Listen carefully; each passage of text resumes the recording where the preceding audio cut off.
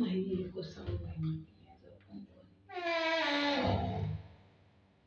Hello guys, welcome back to my YouTube channel. It's me, Katie Daniels.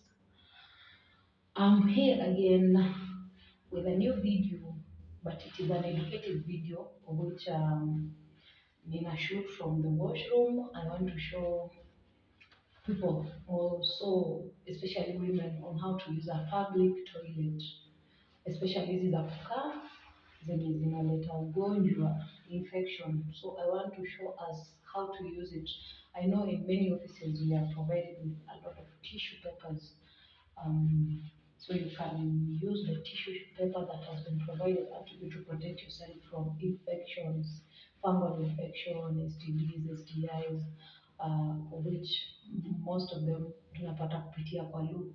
So I'm here to show you how to use it in a more convenient way to avoid the infection.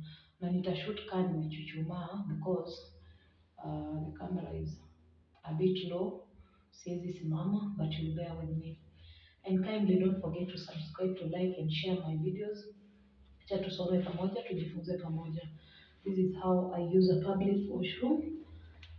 The first thing, unapata hii imefungwa, but you can open it or you can sit on it.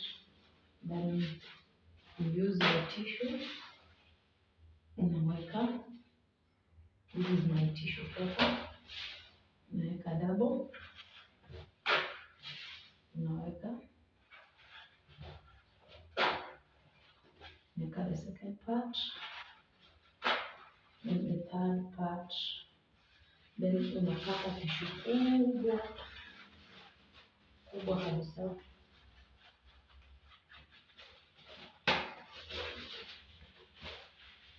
Unaweka. You can put some here.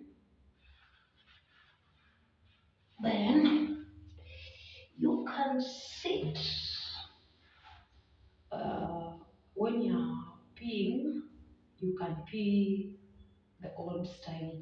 But when you're pooping, it's not easy to poop while standing. So you sit on it with a lot of tissues all over the place. So haita splash back kwako because that tissue that tumeka huko ndani, the poop itaenda kwa hiyo tissue. Then at the end of the day unasimama, ukimaliza haja yako, you stand up, you pick your tissue, unazijaza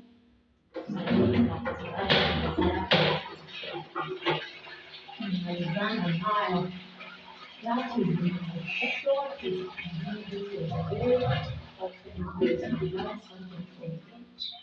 and you keep watching my videos. Thank you so much. Kindly subscribe, like, share, and comment on my videos. Thank you.